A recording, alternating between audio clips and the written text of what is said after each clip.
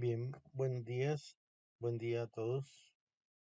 He preparado esta clase con el objetivo de que sirva de refuerzo, que sirva de repaso en los aspectos de memoria, ya que es un tema sumamente importante, es un tema fundamental para comprender todos los demás procesos ejecutivos o superiores en el sistema nervioso central.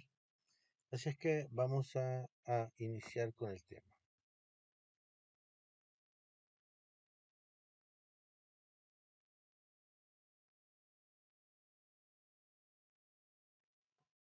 Cuando hablamos de memoria, lo primero que debemos de tener claro es que hablamos de un sistema.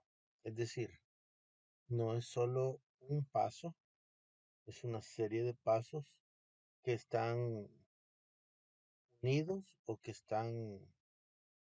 trabajan de forma coordinada y que a ese sistema eh, es el que va a dar como resultado la memoria. Y cuando hemos producido estos sistemas de memoria, podemos decir que también hemos aprendido. De tal forma que el sistema de aprendizaje y el sistema de memoria van unidos, van asociados. Y aquí también va incluido los procesos emocionales, para los cuales vamos a ver un video posterior a este. Bien, cuando hablamos de memoria, vamos a hablar de 5 sistemas de memoria.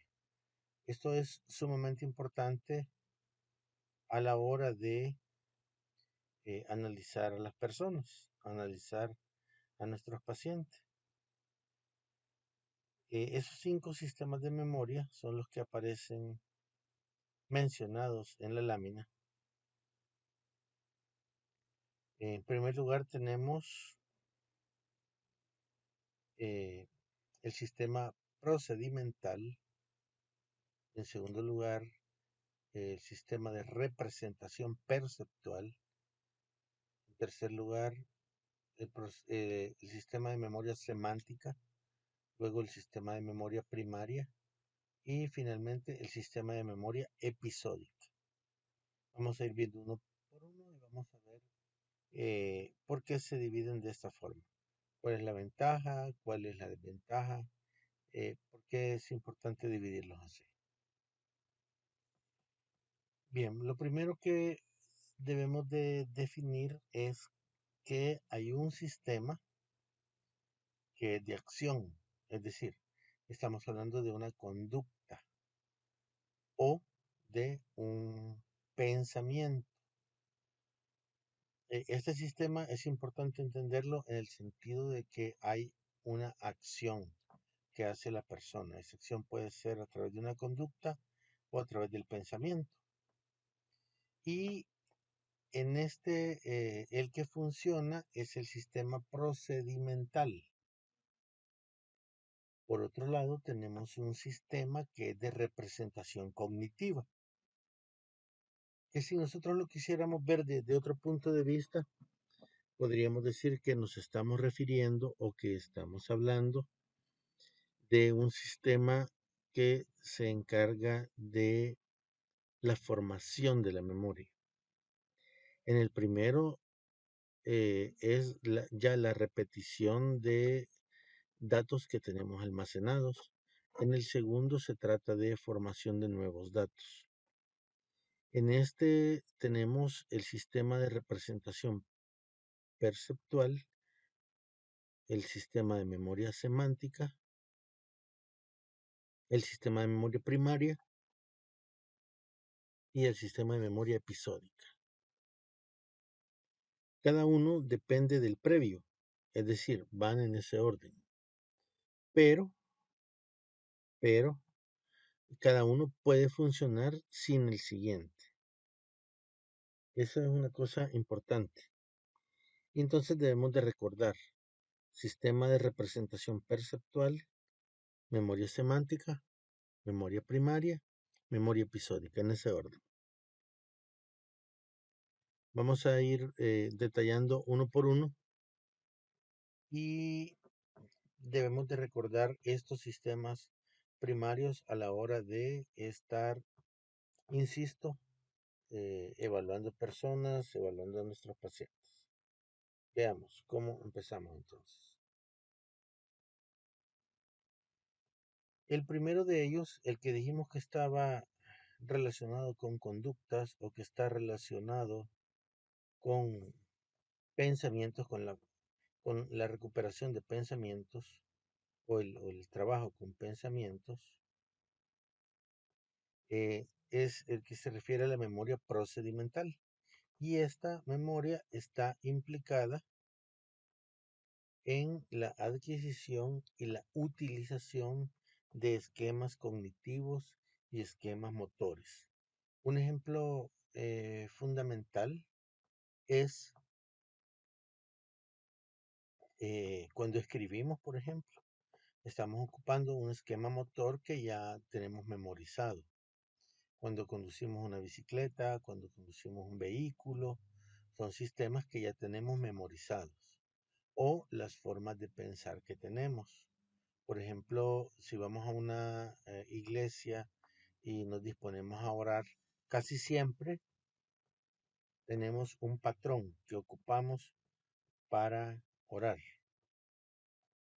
Eso es porque eso corresponde a la memoria procedimental.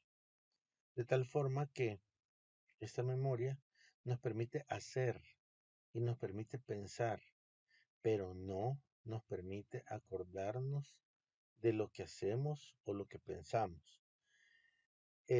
Aquí para no confundirnos, no estamos hablando de que no se pueda hacer eso. No estamos diciendo que no podemos eh, recordarnos de lo que hacemos o recordarnos del último pensamiento que tuvimos, sino más bien de lo que se trata es de que esta memoria procedimental no es la responsable de hacer eso. Es otra memoria la que se encarga de hacer eso. Entonces, este es el primer tipo de memoria, ¿no? El que tiene que ver con conductas, tiene que ver con pensamientos, y por eso es que nos da esa definición. Avanzamos. Por otro lado, los otros sistemas, el sistema que empieza con la representación perceptual, contiene información acerca de la descripción estructural de los objetos y de la forma auditiva o escrita de las palabras. ¿Qué quiere decir eso? Eso quiere decir que gracias a esta representación perceptual, nosotros llevamos a nuestra mente cómo está formado algo. Por ejemplo, cómo está formado un vehículo. Sabemos que tiene ruedas, que tiene parabrisas, que tiene puertas, que tiene un timón, que tiene asientos. Bueno, cada una de las partes que pudiéramos mencionar es la recuperación de la representación perceptual que tenemos de ese objeto. También cuando,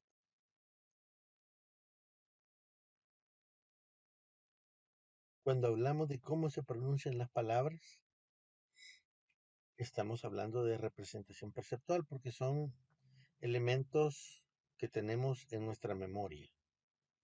Sabemos de cuántas formas diferentes se puede escribir la letra A, por ejemplo.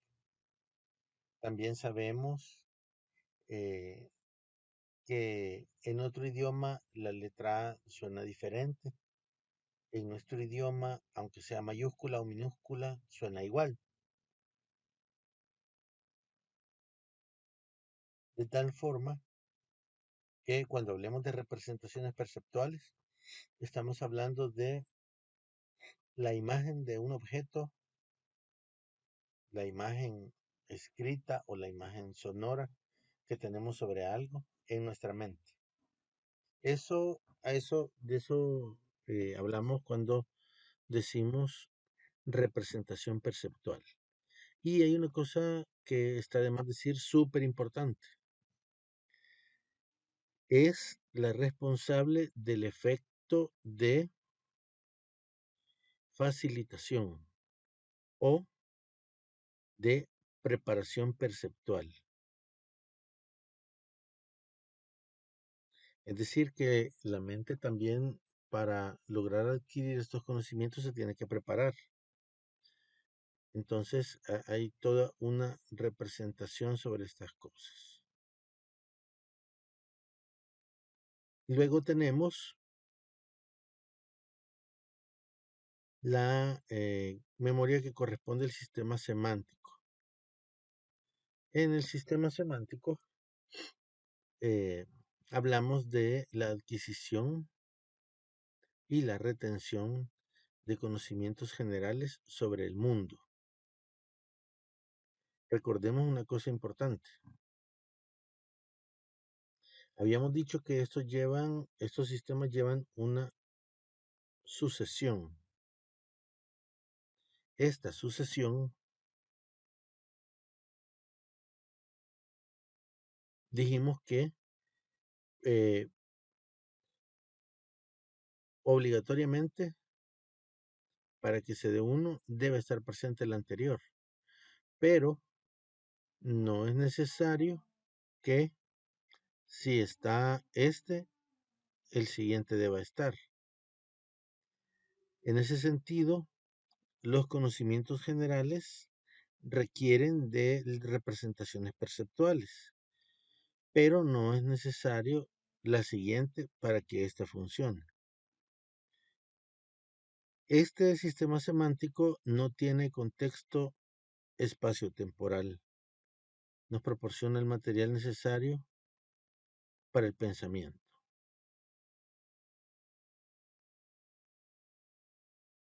Luego, el sistema que sigue se denomina memoria primaria. Esta también se denomina memoria a corto plazo. Se encarga de registrar y retener información, ya sea visual o auditiva, durante un corto periodo de tiempo. Acá debemos de recordar una cosa importante que la vamos a mencionar solo para tenerla presente. Cuando hablamos de memoria primaria, hablamos de memoria a corto plazo, que sabemos que dura solamente segundos. Sin embargo, estamos hablando de representaciones o de información, mejor dicho, que entra ya sea vía visual o vía auditiva. Debemos de recordar acá, lo vamos a mencionar solo para hacer el ejercicio, que cuando entra la información vía visual llega al lóbulo occipital. Cuando entra la información vía auditiva llega al lóbulo temporal. Sin embargo, ya sea vía visual o ya sea vía auditiva, debemos de recordar que una vez llega al área, por ejemplo, visual primaria o al área auditiva primaria, inmediatamente tienen que pasar a las áreas visual y auditiva de asociación. Y bueno, para que se compare la información que está entrando con la información que ya tenemos almacenada. Luego de eso, tiene que pasar esta información a un área de asociación grande que tenemos en el cerebro, que es el área de asociación parieto-occipito temporal. Aquí se hace una integración de la información de tal forma que es importante recordar esto y remarcando que estamos hablando de memoria de corto plazo para saber que esto sucede rápidamente. Y si estamos diciendo que para que la memoria primaria se dé, debe haber antes memoria procedimental y debe haber antes también memoria semántica. Entonces podemos imaginar qué tan rápido se dan los otros sistemas de memoria, si ya estamos en el tercer sistema de memoria. Luego tenemos la memoria episódica, que nos permite recordar nuestras experiencias pasadas dentro de un contexto espacio-temporal, de otros eventos de nuestra historia personal. Aquí tenemos ya otra de las diferencias que debemos de tener marcadas en relación, por ejemplo, a la memoria, a las memorias anteriores, tanto a la memoria procedimental como a la memoria semántica, precisamente y principalmente sobre la memoria semántica, que dijimos que no tenía un contexto de espacio ni de tiempo. En este caso sí, aquí ya mezclamos la parte espacio-temporal. Entonces, esta memoria permite recordar experiencias pasadas dentro del contexto espacio-temporal y tiene relación, o más bien comparamos con otros eventos de nuestra historia personal, de tal forma que podemos recordar qué fue primero, si fue primero eh, que tuvimos nuestro primer celular o fue primero la graduación. Entonces, hacemos esas comparaciones para poder eh, sacar conclusiones válidas. Entonces, tenemos este nuevo episodio de memoria.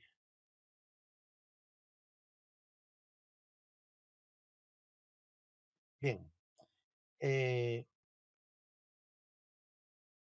cuando hablamos de memoria de corto plazo, que es la memoria que estábamos hablando, que tiene que ver con memoria primaria, que ya mencionamos por donde entran los estímulos y que dura poco tiempo, ahí tenemos 30 segundos.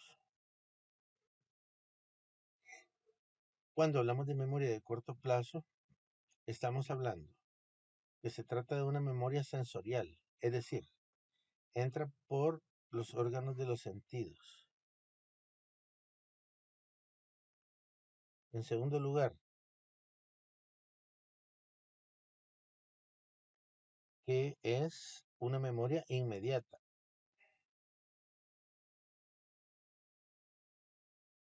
En tercer lugar, que es una memoria de trabajo. ¿Qué quiere decir que sea de trabajo? Que sirve para lo que estamos haciendo en ese justo instante. No sirve para procesos a largo plazo. Eso es una cosa importantísima que debemos de recordar, ¿verdad? Cuando estamos hablando de memoria de corto plazo, no estamos hablando de memorias donde tengamos que buscar con mucho esfuerzo situaciones previas. No, aquí estamos hablando de memoria de trabajo, prácticamente. O sea, estamos hablando de memoria con la que estamos actuando en ese momento. De tal forma que si hablamos de memoria procedimental, estamos hablando de memoria semántica.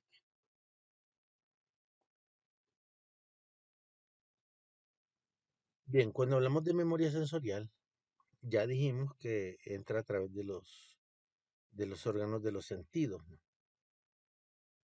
Eso es una de las cosas importantes que hay que recordar. Ya mencionamos también que entra al área primaria, luego pasa al área de asociación, luego pasa al área de asociación parieto-occipito temporal. Eh, estamos hablando entonces de estímulos auditivos, olfatorios, luminosos, táctiles. Ah, solo hay una cosa que hay que aclarar aquí. Colocamos olfatorio en el sentido de que entra por uno de los órganos, de los sentidos, pero, pero los estímulos del olfato son los únicos que no pasan por este gran sistema de asociación que hemos mencionado. El resto todos pasan, menos el olfatorio. El olfatorio va directamente al lóbulo frontal. El resto tienen que pasar por esta área de asociación primero, antes eh, de llegar al lóbulo frontal, específicamente al área de asociación prefrontal. De tal forma que cuando hablamos de memoria sensorial, estamos hablando de una fotografía instantánea. Recordemos que nos referimos a memoria de corto plazo. Eso es importante tenerlo siempre en mente. Lo segundo es que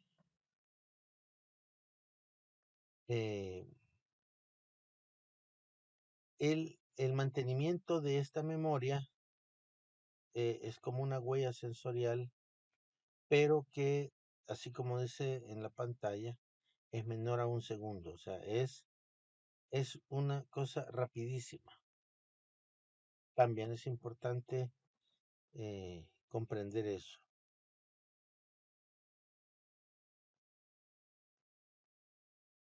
Luego, cuando hablamos de memoria inmediata, estamos hablando de retención y de almacenamiento. Cuando hablamos de almacenamiento, ya estamos hablando de que algo es a largo plazo. Hay una capacidad y duración de varios segundos. Existe un archivo sensorial de la información y su análisis. Este archivo sensorial es el que en algún momento hemos hablado. Ya vamos a ver unas imágenes sobre esto. Este archivo sensorial está en las áreas de asociación de todos los tipos.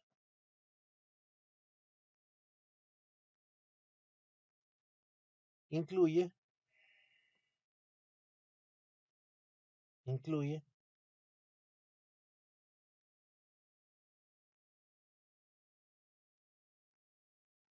repetición de dígitos, frases, repetición de secuencias visuales. Es algo entonces que nos permite hacer todo esto. Gracias a esto recordamos alguna secuencia de números, nuestras claves de cajeros, por ejemplo, las recordamos gracias a esto. Incluso memorizar fechas es gracias a esto. Cuando hablamos de memoria de trabajo, decíamos que era la memoria que íbamos a usar en ese momento, en el justo momento. Permite hacer varias tareas de pensamiento de forma simultáneas. Permite manipular informaciones, facilitando el cumplimiento de varias tareas.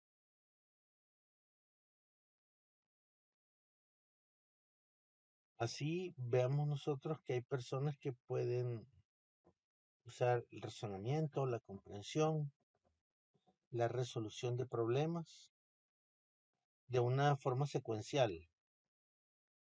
Y eso se hace gracias al mantenimiento o a la disponibilidad temporal de estas informaciones. Es decir, por ejemplo, estamos nosotros tratando de reparar un aparato. Y entonces al mismo tiempo estamos moviendo herramientas, quitamos piezas, tenemos que recordar a dónde iba cada pieza, tenemos que saber qué piezas hay que quitar y qué piezas no.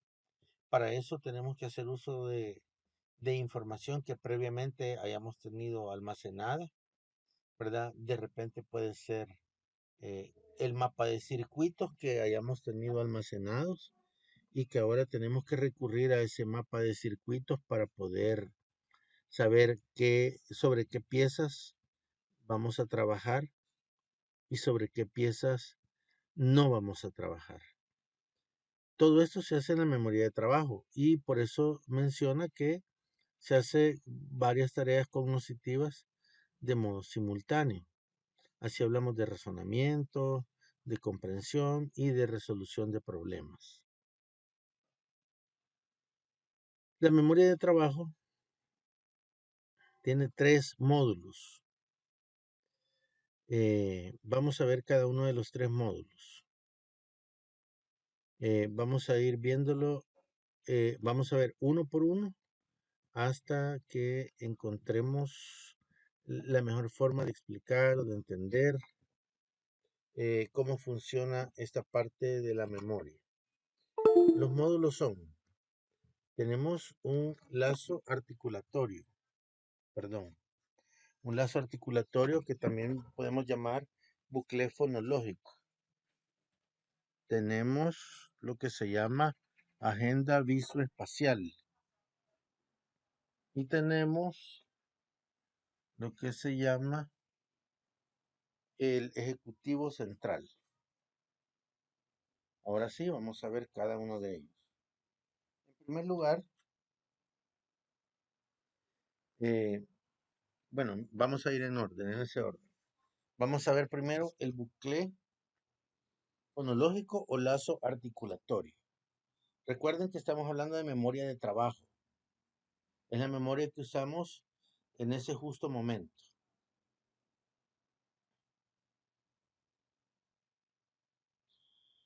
Cuando hablamos de lazo articulatorio o bucle fonológico, vamos a decir que almacena información verbal y un proceso de control articulatorio similar al que se realiza durante lectura silenciosa. En segundo lugar, se usa operaciones de repaso. En las operaciones de repaso se usa este sistema, o en la formación visual en información verbal. Es decir, por ejemplo, yo veo un rótulo, voy conduciendo un vehículo, veo un rótulo, un aviso. Entonces, lo que estoy viendo, yo sé cómo se pronuncia. Yo sé, por ejemplo, qué significa. Eso ya son 2 informaciones que debo de tener guardadas. Esa es información verbal. Y eso lo puedo hacer bajo una lectura silenciosa, es decir, podríamos decir solo mental. En segundo lugar, hay operaciones de repaso o de transformación de esa información en información verbal. Es cuando yo, por ejemplo, leo algo y lo repito, o alguien viene y me pregunta qué decía el rótulo, y entonces yo retomo esa información que ya tengo guardada y no solo puedo pronunciar correctamente las palabras, sino que además recuerdo perfectamente qué es lo que estaba escrito y lo puedo decir, lo puedo repetir. Esto se hace gracias a este sistema de la memoria de trabajo que se llama lazo articulatorio o bucle fonológico. Luego, el bucle fonológico se archiva en el área de Wernicke, mientras que el bucle para el material articulatorio se archiva en el área de Broca. Esto es sumamente importante, recuerden. El bucle fonológico, es decir, cómo suenan las palabras y qué significan, se archiva en el área de Wernicke. Eso es importante porque así yo logro entender cuando alguien está diciendo alguna palabra y yo entiendo perfectamente el significado de esa palabra. Eso se hace con el bucle fonológico. Así es que gracias al bucle fonológico yo puedo escuchar la palabra y yo la reconozco. Eso se archiva en el de Wernicke que como todos sabemos es parte del lóbulo temporal y es donde llega la información auditiva sensitiva. Ahí es donde tenemos la parte del lenguaje receptivo o lenguaje sensorial. Por otro lado, el bucle articulatorio, que tiene que ver más con la producción de lenguaje, la producción de palabras, ese se almacena en el área de Broca, que es parte del lóbulo frontal que se encarga del lenguaje productivo, lenguaje motor o lenguaje expresivo. Aquí también debo de tener información sobre cómo se pronuncian las palabras para poderlas utilizar, poderlas articular. Continuando con la memoria de trabajo, tenemos el segundo sistema, la agenda visoespacial. Esta es responsable de gestionar y manipular imágenes visuales. Asimismo, todas las informaciones visuales acceden de forma obligatoria por este sistema. Realizan una situación espacial, realizar una situación espacial, perdón, o recuperar imágenes de archivo de memoria a largo plazo es función de esto. Es decir, por ejemplo, si nos parqueamos todos los días eh, eh, en, en el parqueo de la casa o en el parqueo del trabajo o de la escuela, de alguna forma ya se tiene en la memoria las dimensiones del parqueo y eso nos permite con mayor facilidad realizar este ejercicio de parqueo sin mayores cálculos. Por eso es que menciona que se pueden realizar situaciones espaciales o de recuperar imágenes. Y lo que habíamos dicho anteriormente,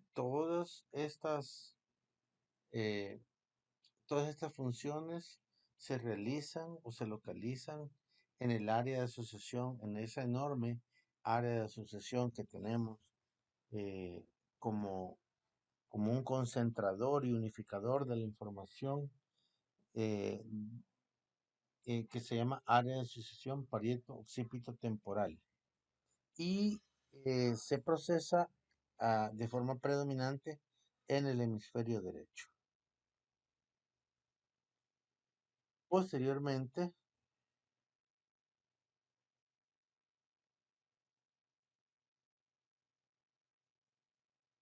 Posteriormente,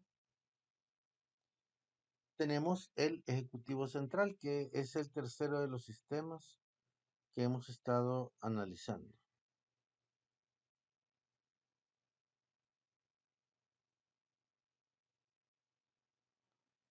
Es el responsable, el ejecutivo central es el responsable de la planificación, organización, toma de decisiones y ejecución de tareas necesarias para realizar una operación cognitiva. Aquí hay una situación importante porque en los dos anteriores se recibía información, se procesaba la información. En esta se planifica, organiza la toma de decisiones.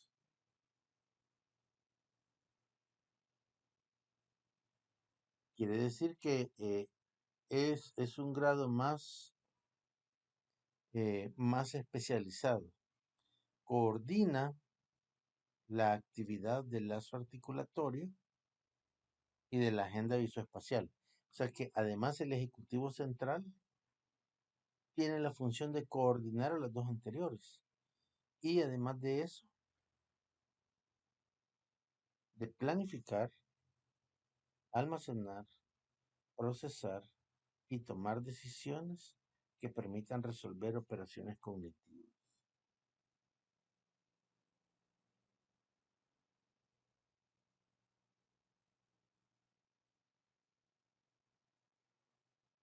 Como vemos hasta este momento, el proceso se va desarrollando de forma muy ordenada, de forma organizada, hasta llegar a dar respuesta a los estímulos.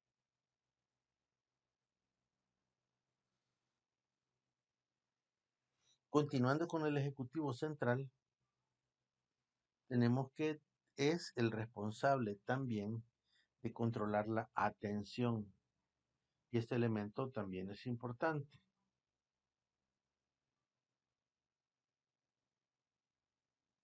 puesto que si se rompe nuestro umbral de atención, inmediatamente entran otros estímulos que pueden ser grabados o pueden interferir con lo que estamos trabajando, y ahí se cometen errores y se pueden cometer errores graves.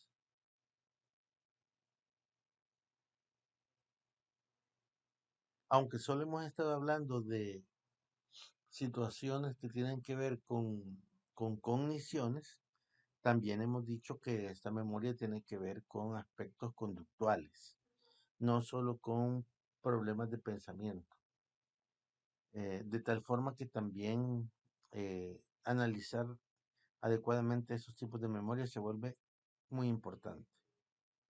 El Ejecutivo Central también es el eslabón intermedio entre la memoria sensorial, que ya dijimos que es la que se recoge a través de los sentidos, ya hemos venido trabajando eso, y la memoria a largo plazo. Porque el Ejecutivo Central vendría a ser como el espacio final, como la figura final antes de llegar a la memoria a largo plazo. Y su localización se sitúa en las áreas dorsolaterales del lóbulo frontal. Del lóbulo frontal.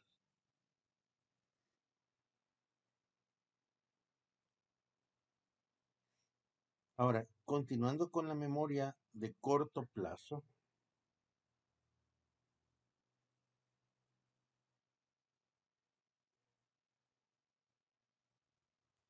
veremos que está muy localizada, digamos. Vamos a ver que el lóbulo parietal izquierdo, volvemos a un punto importante. Este es un punto importante. Estamos hablando del lóbulo parietal y dentro del lóbulo parietal, donde se concentra luego la información, luego que ha pasado por el área de asociación parieto-occipito temporal, tenemos que llega al área de Wernicke y al área eh, sensitiva, sensorial auditiva secundaria. Y el lóbulo parietal izquierdo, el izquierdo, es el responsable de la memoria de corto plazo de contenido verbal, el recuerdo de dígitos o de palabras, como lo hemos venido diciendo. El lóbulo parietal derecho es el responsable del recuerdo inmediato de imágenes, imágenes que tienen que ver con sonidos.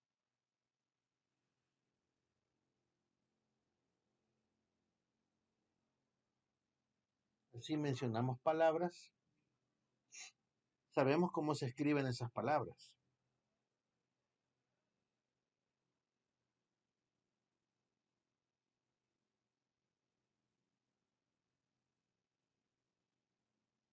de tal forma que gracias al cuerpo calloso,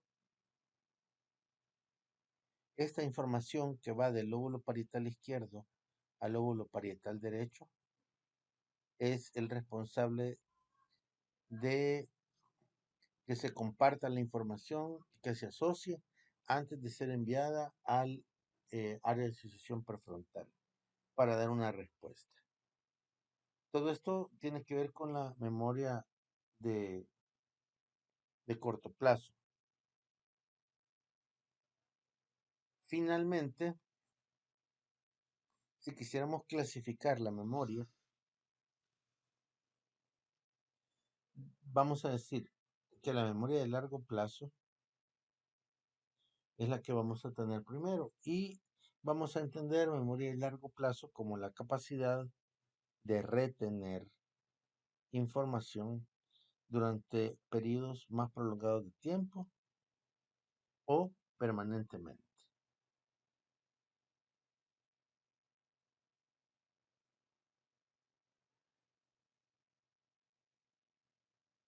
Muy bien.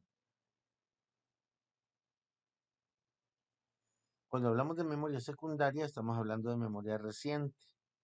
Y cuando hablamos de memoria terciaria, estamos hablando de memoria ya consolidada, o sea, permanente. Es la memoria que ha sucedido en hechos más antiguos. Entonces tenemos memoria de corto plazo, memoria secundaria y memoria terciaria. Cuando hablamos de memoria retrógrada o anterógrada, que es otra de las clasificaciones eh, que nos viene mucho a la memoria, cuando hablamos de clasificaciones de memoria, esta se usa más que todo cuando hay lesiones, cuando hablamos de neuropsicología, pero clínica, es decir, cuando, como les digo, hay algún grado de lesión. Y entonces, así como dice en la pantalla, cuando hablamos de anterógrada, estamos hablando de memoria de acontecimientos que sucedieron a partir de un determinado hecho y la capacidad de aprender nuevas informaciones.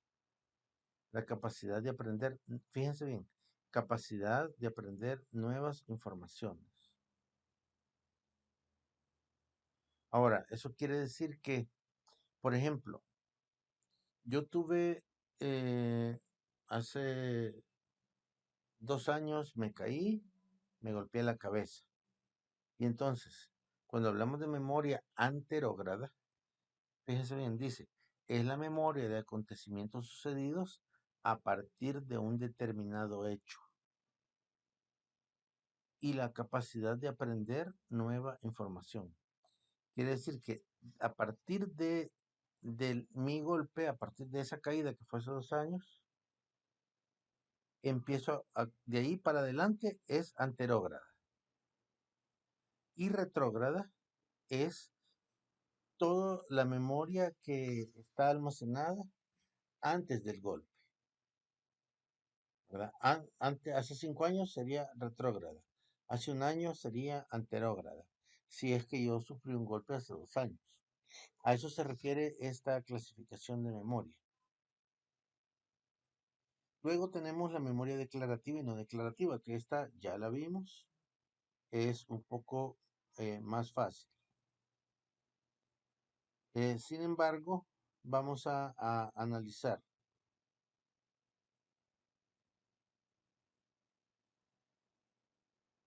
La declarativa también se le llama explícita.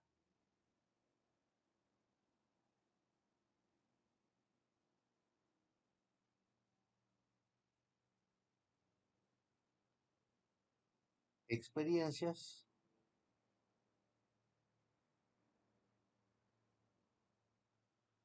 hechos adquiridos,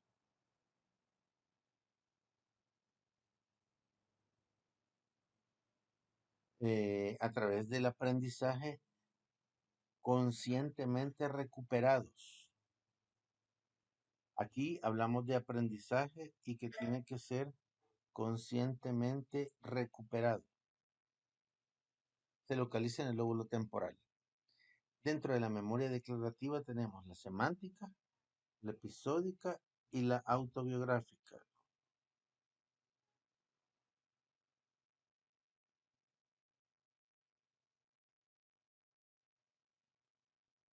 Luego tenemos la no declarativa o implícita.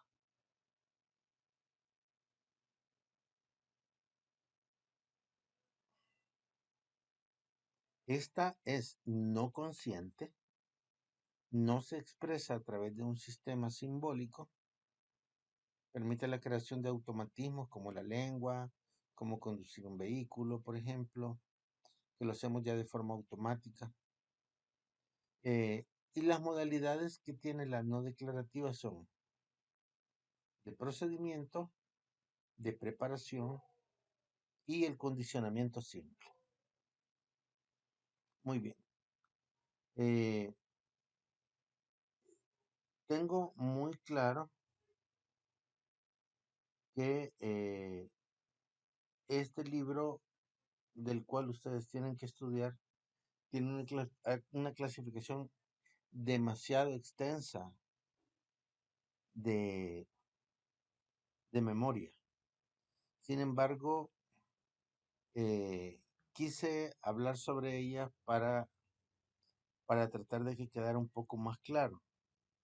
Vamos a revisar 2 videos más únicamente para efectos de que todo quede lo más orientado posible, porque no es la intención que se aprendan de memoria todo. No, para nada, no es esa la intención. Más bien que sepan que existen diferentes tipos de memoria. Además de eso, que cada memoria tiene, digamos, funciones diferentes, que se procesa en áreas diferentes del, del cerebro y que es importante cuando nos encontramos frente a un caso en particular, se vuelve sumamente importante eh, revisar todos los apartados para ver de cuál se puede tratar el caso que tenemos enfrente. Estas dos tablas tratan de hacer un resumen de todo lo que el capítulo habla en prosa. De tal forma que tenemos, por ejemplo, la memoria sensorial. Esa quizás es una de las más sencillas. Hablamos de, así como su nombre lo dice, sensorial de los sentidos, ¿verdad? Órganos o receptores sensoriales periféricos, vista, oído, tacto, olfato, gusto. Aquí la única diferencia que hay que hacer es que, y que debemos recordar, es que el olfato no se procesa por la misma área de asociación parieto-occipito temporal, sino que va directamente al lóbulo frontal. De ahí el resto va igual, la memoria sensorial. La primera importante. Luego tenemos memoria a corto plazo. Se localiza en el área supramarginal y giro angular del lóbulo parietal. Aunque sepamos que la de corto plazo, recordemos que dura segundos, la de corto plazo se localiza en el lóbulo parietal, es suficiente. Y debemos de recordar, como hemos dicho hace un momento, que esta del lóbulo parietal nos estamos refiriendo a memorias que tienen que ver con siempre Estímulos que entran por los sentidos, principalmente vista, oído, tacto, que esa información, una vez recogida en los respectivos lóbulos, pasa al área de asociación parieto-occipito temporal y luego va al área sensitiva primaria que está ubicada en el lóbulo parietal, precisamente por eso lo dice ahí. Por eso se ubica ahí. El área, la memoria operativa o memoria de trabajo se localiza en el área prefrontal. Prefrontal. Recuerden que la operativa o la de trabajo se refiere a hechos que estamos haciendo en ese momento. De tal forma que puede ser que muchas de esas acciones no se conviertan en memoria de largo plazo, sino que solo son para que una persona pueda ejecutar acciones en ese momento. Vamos a poner un par de ejemplos sobre memoria operativa para que quede claro. Imagínense que ustedes van caminando y se encuentran que hay hay una piedra en el camino, y entonces ustedes tienen que rodear la piedra, ¿verdad? Después de que la han rodeado y que han pasado, no es necesario que esa información quede como memoria de largo plazo. Algunas veces puede quedar, pero no es necesario, ¿verdad? Porque probablemente esa información no la vayamos a usar después. Así es que ustedes pasan y esa memoria se pierde. Otro ejemplo podría ser que igual mientras van caminando, eh, caen unas hojas o una ardilla está comiendo y bota una fruta, y entonces la fruta cae a sus pies. Ustedes la ven, se dan cuenta que es una fruta que ha caído de un árbol, pero siguen caminando. Igual, esa información no es necesario que quede como memoria de largo plazo, ¿verdad? Por eso es que es memoria operativa. Se localiza en el área prefrontal y tiene colaboración con el área de Broca, con el área de Wernicke y las áreas parieto, occipito, eh, dice parieto, occipito, occipitales de asociación. Es decir, aquí también tiene que ver porque cuando estamos hablando con alguien tenemos que dar respuesta, ¿no? Nos preguntan la hora, tenemos que dar la hora, aunque tal vez a los 5 segundos ya se nos haya olvidado eso, o saludamos a alguien, o mencionamos algo y luego se olvida porque no es necesario que esa memoria quede permanente en nuestro cerebro. Entonces, cuando hablamos de operativa o de trabajo, recordemos que si hablamos de trabajo es algo del momento. Muy bien. Cuando hablamos de memoria declarativa, eh, recuérdenlo algo así como declarar, decir, ¿verdad? Eso se ubica en estructuras temporales mediales y conexiones del lóbulo temporal. Memoria declarativa. La memoria no declarativa implícita, lo que no decimos, se coloca o se ubica en ganglios basales, cerebelo, amígdala y neocorteza. Cuando hablamos de memoria prospectiva, estamos hablando de planificación hacia el futuro, eh, corteza prefrontal. La memoria retrógrada y anterógrada, recuerden que dijimos que tenía que ver con la ubicación de un punto y los recuerdos que están antes o después de ese punto. Así, anterógrada se ubica en el hipocampo y en el circuito de Papez, que están en el sistema límbico, y la retrógrada se ubica en el lóbulo temporal. La memoria de preparación se ubica en el lóbulo frontal y la corteza límbica. Nuevamente en el lóbulo frontal porque estamos hablando de que está programando o planificando alguna respuesta. La memoria semántica, lóbulo frontal izquierdo, recuerden que eso no tiene espacio temporal. La memoria episódica, lóbulo frontal derecho, lóbulo temporal, hipocampo y corteza entorrinal. Y finalmente la memoria temporal, lóbulo frontal y diencéfalo. Lóbulo frontal y diencéfalo. Muy bien. para complemento de este video, voy a dejarles dos videos que los voy a unir para que quede una sola información. Y también vamos a colocar en ese mismo sentido un video que tiene que ver con la parte emocional, la parte del sistema límbico, para que quede como para efectos de examen, ¿verdad? Que recuerden que es el próximo sábado. Así es que llegamos hasta aquí con esta presentación e inmediatamente en ese mismo video voy a colocar, mejor dicho, algunos otros aspectos importantes de la memoria y de las emociones. Seguimos entonces.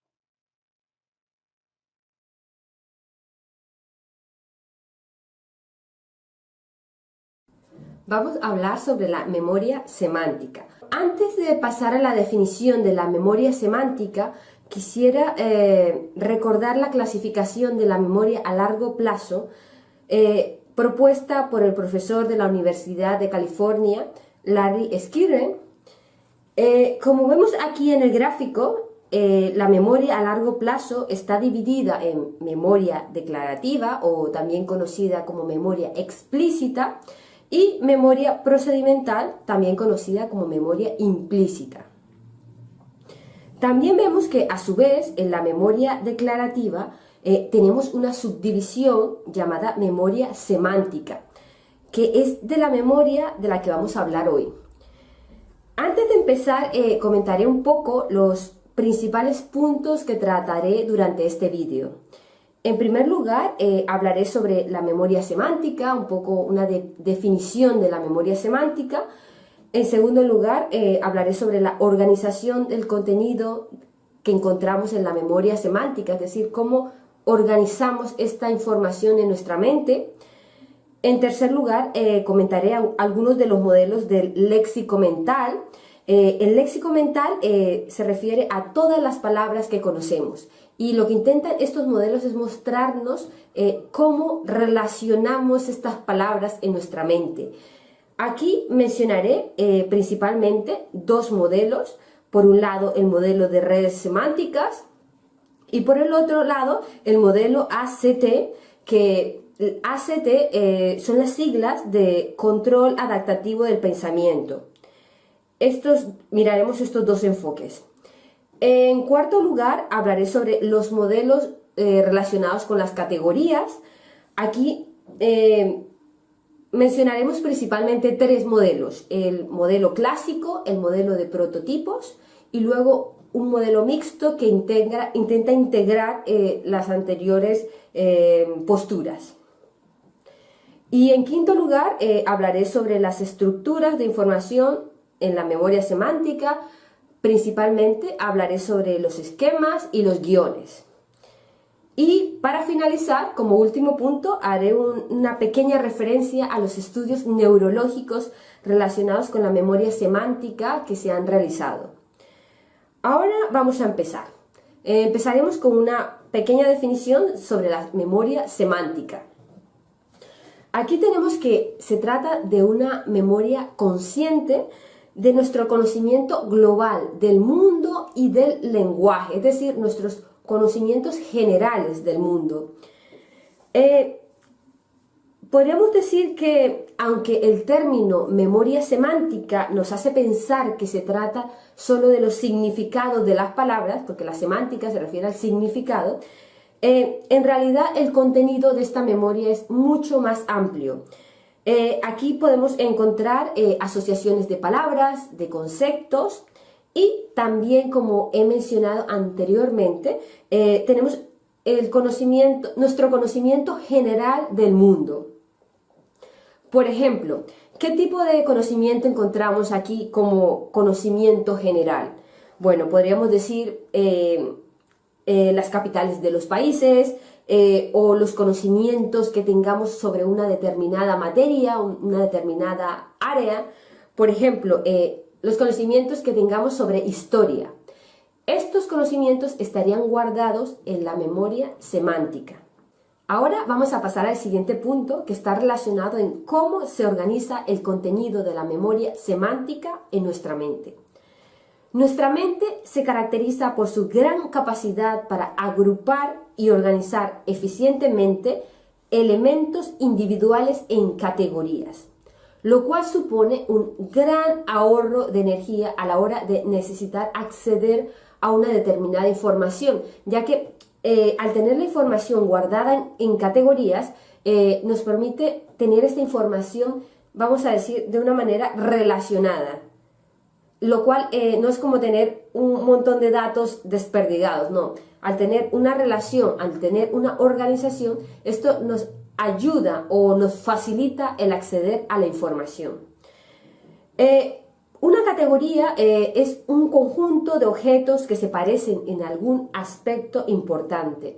Como ejemplo de categoría, podríamos pensar en la categoría silla, que sería como la categoría que guardaría o que encierra todas las sillas que existen.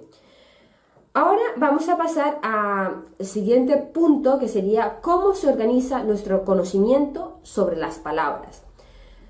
La cantidad de palabras que conocemos es nuestro léxico mental.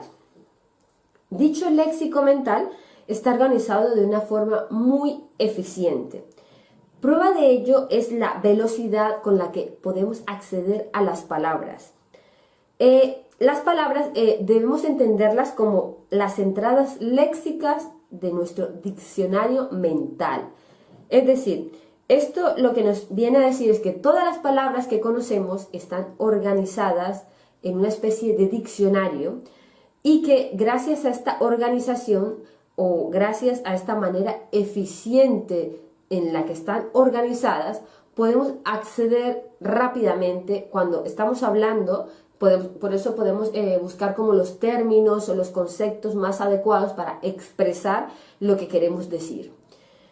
Ahora vamos a pasar al siguiente punto, que se refiere a la información que contiene cada entrada léxica.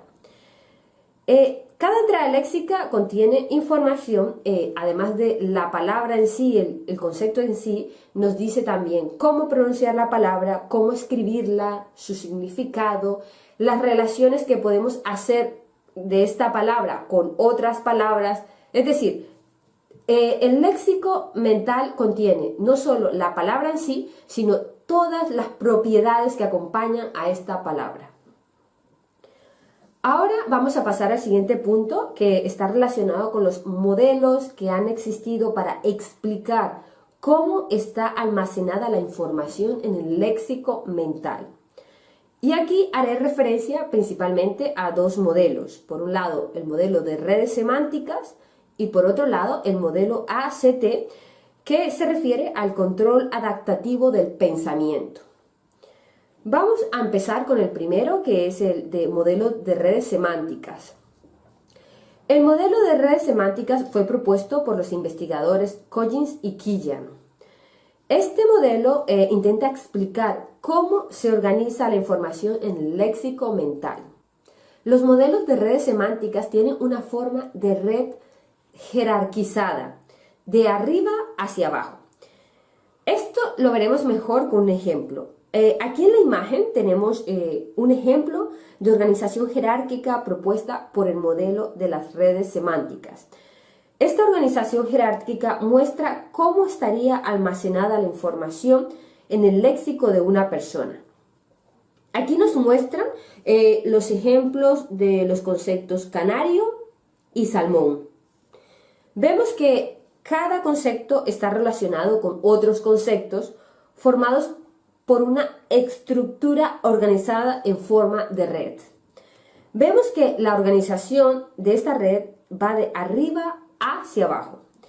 Es decir, desde los conceptos más generales, es decir, en la parte más elevada de la red vemos el concepto de animal y en la parte más baja de esta red vemos conceptos más concretos, como puede ser canario y salmón. Vemos que cada uno de estos conceptos está acompañado por una serie de propiedades. Por ejemplo, en el caso del concepto pájaro, vemos que nos mencionan como propiedades específicas de pájaro, tenemos tener alas, poder volar.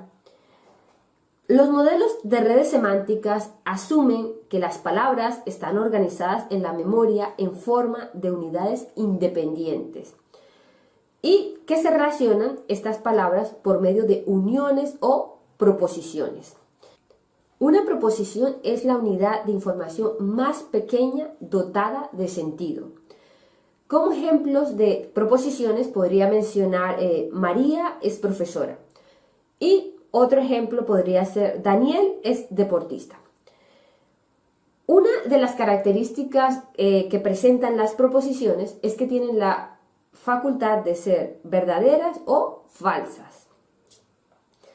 Ahora vamos a pasar a ver un ejemplo de una red semántica. Aquí en la imagen vemos que las palabras serían los nodos de esta red semántica.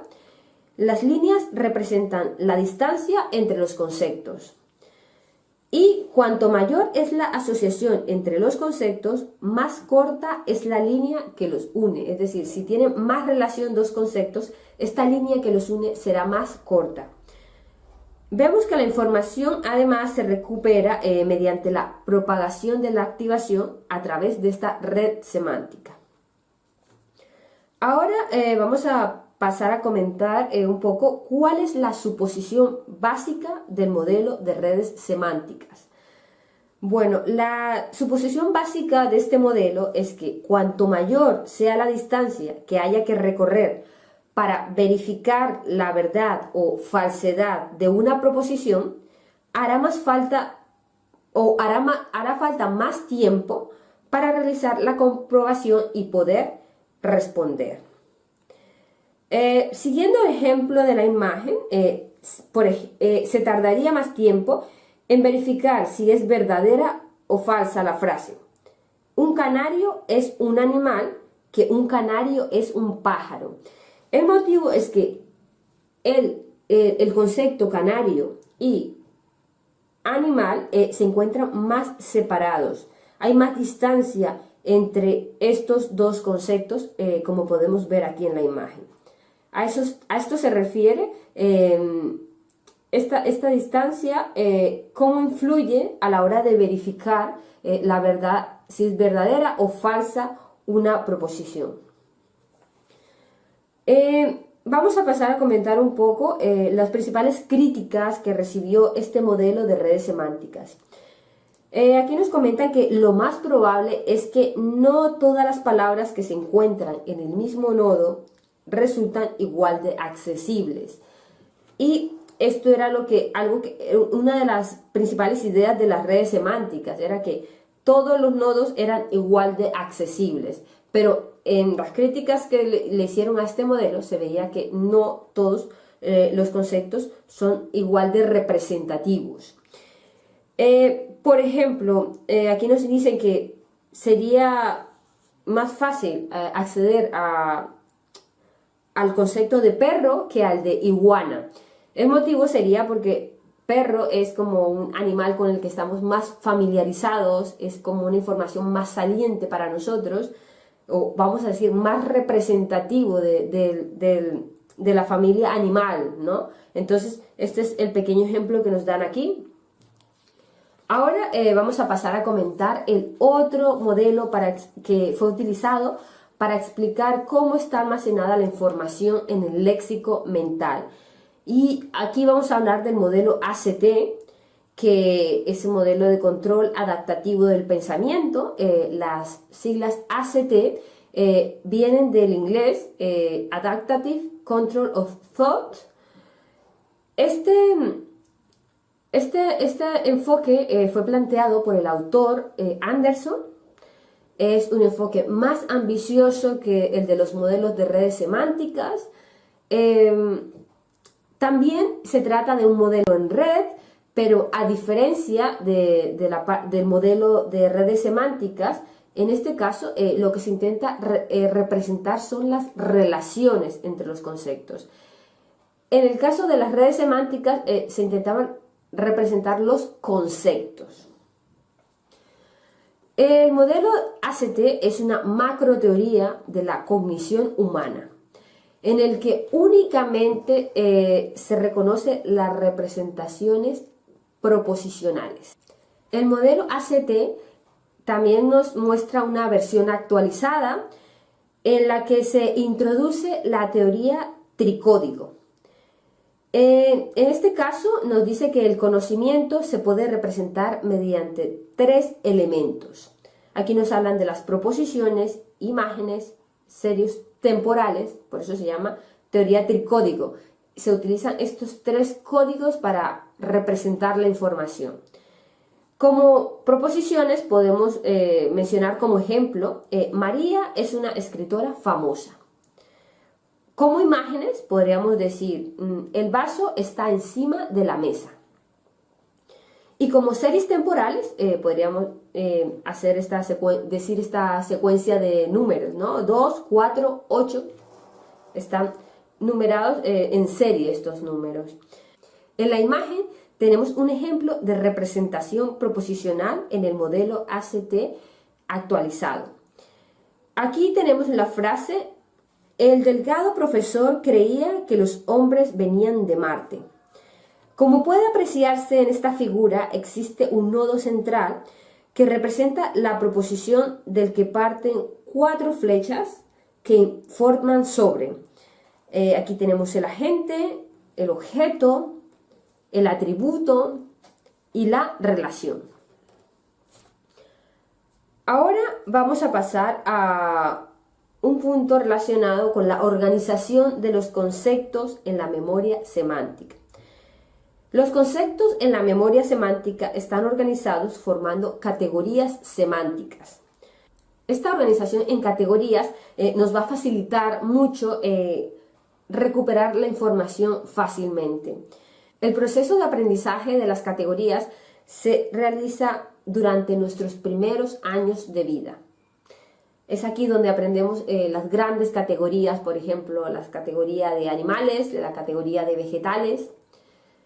Ahora vamos a pasar a comentar la propuesta de Roche sobre las categorías semánticas. Este autor nos decía que las categorías estaban estructuradas en 3 niveles. Aquí tenemos un nivel básico, tenemos las categorías subordinadas y las categorías supraordenadas. En el nivel básico, este nivel se corresponde con los objetos del mundo, es decir, los objetos tal y como los percibimos. Y las categorías situadas en este nivel básico desempeñan un papel esencial en nuestro sistema cognitivo y están estrechamente relacionadas con nuestra experiencia personal. Es decir, es la percepción que tenemos directa de los objetos, de los conceptos. Ahora continuamos con la categoría subordinada o las categorías subordinadas. En este caso, los ejemplares tienen un alto grado de parecido físico entre sí. Como ejemplo, podríamos decir en la categoría silla. Y como ejemplares de esta categoría podríamos mencionar la silla de cocina, la silla de un despacho, la silla de un comedor.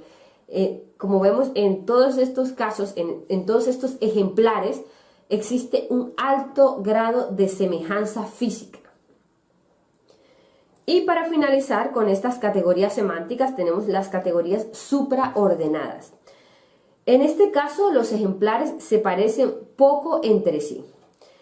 Y como ejemplo tenemos la categoría mueble. En este caso, como ejemplares de esta categoría mueble, podríamos mencionar un perchero, una silla, una librería.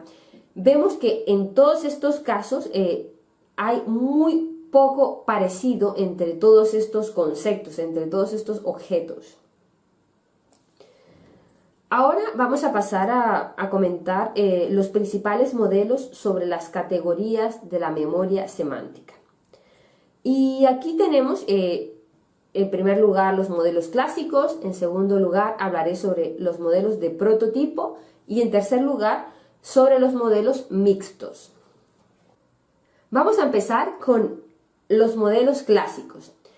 Estos modelos lo que nos dicen es que las categorías están bien definidas y separadas entre sí.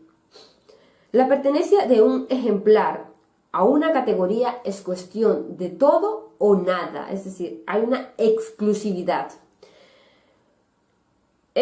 Para este modelo, los límites de las categorías son precisos y están perfectamente definidos. Este modelo presentó algunos problemas, como la dificultad para explicar los efectos de tipicidad. El efecto de tipicidad se refiere a que hay ejemplares de la categoría que son más típicos o representativos de la categoría. En el caso de los modelos clásicos, lo que indicaba es que todos los ejemplares eran igual de representativos en una categoría, lo cual en estudios posteriores se demostró que no era así. Entonces, por eso esta era una de las dificultades que tenía las teorías clásicas. El efecto de tipicidad influye en el tiempo que se requiere para decidir si una sentencia es verdadera o falsa. Esto lo veremos aquí en el siguiente ejemplo, que es lo que quiere decir. En la imagen tenemos 3 ejemplares de la categoría pájaro con diferente efecto de tipicidad. Aquí lo que vemos es que se responde mucho más rápido a la frase "el jilguero es un pájaro" que "un águila es un pájaro". Y todavía se responde más lento al contestar a la proposición "un pingüino es un pájaro". El motivo es que el jilguero en este caso es un concepto, es un ejemplar más representativo de la categoría pájaro.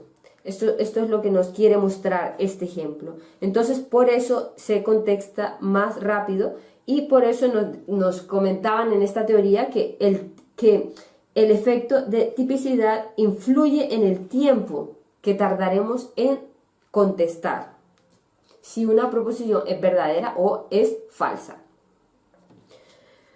Bueno, ahora, debido a que este enfoque no era del todo explicativo para todos los casos, surgieron algunos otros modelos en los años 70 y aquí nos referimos a los modelos de prototipos.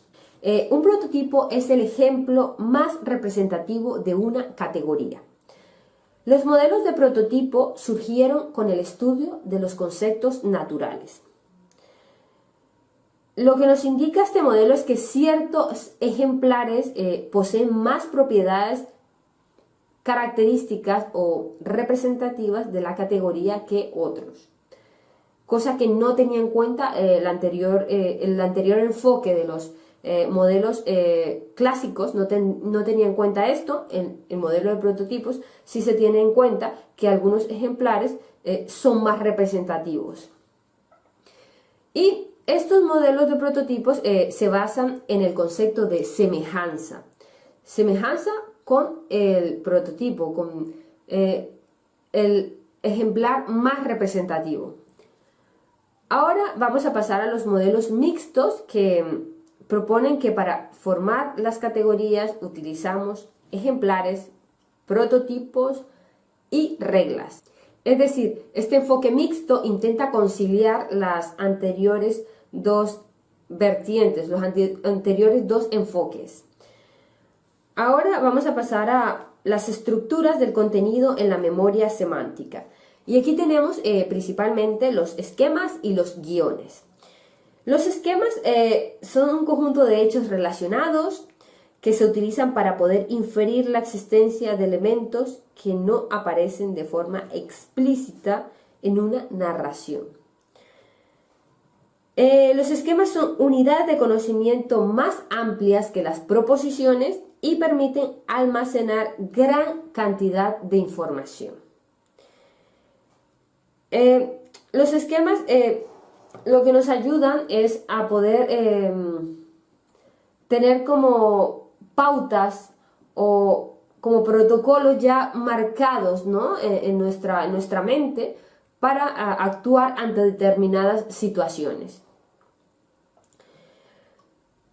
Por otro lado, los guiones es el ejemplo más sencillo de esquemas, o sea, un guión es realmente un esquema, es un tipo de esquema.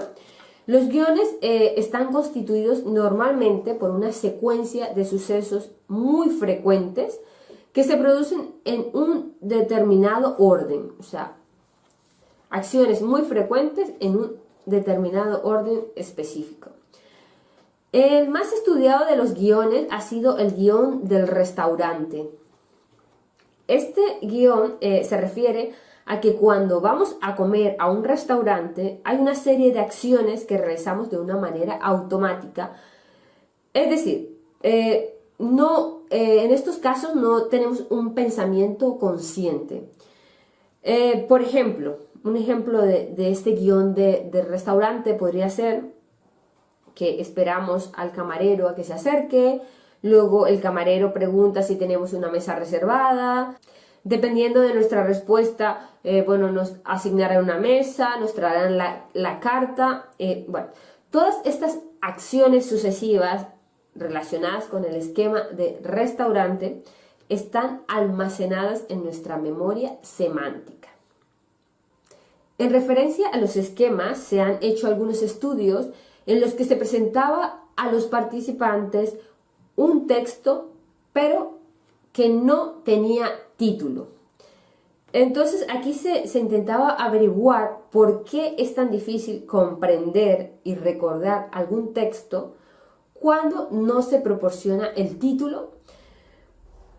Aquí una explicación que se dio a este hecho es que en estos casos, cuando no se proporciona el título, resulta realmente difícil comprender el texto porque la persona que lo lee o lo escucha no puede activar en su memoria el esquema correspondiente para dicho texto. Es decir, nos da la interpretación que el título nos da como el contexto.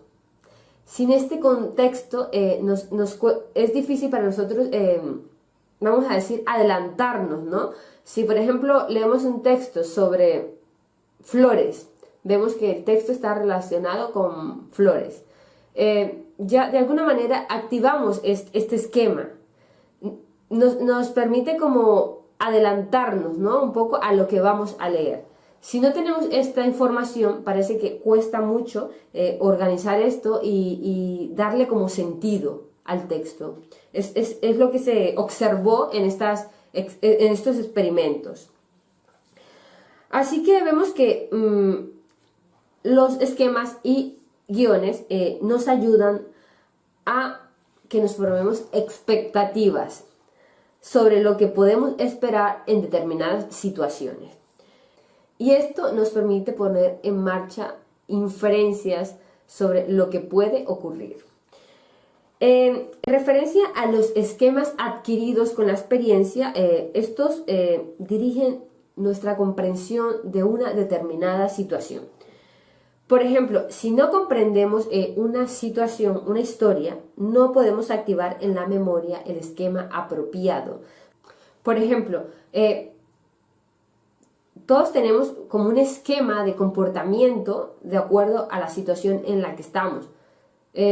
Imaginémonos que estamos en un aula de clase, en un salón de clases, pues nosotros tenemos un comportamiento para esa determinada situación. Y esto lo hemos aprendido un poco con la experiencia, ¿no? Con nuestra interacción social con otras personas. Hemos visto que en un aula de clase no me puedo poner a gritar. Pero si, por ejemplo, estoy en un concierto, pues esta acción sí que sería válida, ¿no? Sí que podría formar parte de ese esquema, gritar en un concierto. Entonces, está claro que si no comprendemos la situación en la que estamos, difícilmente vamos a poder activar el esquema correcto. Ahora vamos a pasar, para finalizar, a la localización del contenido de la memoria semántica en el cerebro. Y aquí, solo quería comentar que la corteza prefrontal está muy relacionada con el acceso a los esquemas, porque se ha visto que ciertos pacientes que tienen lesionada la corteza prefrontal tienen dificultades para acceder a los esquemas. Bueno, Aquí termina este recorrido por la memoria semántica.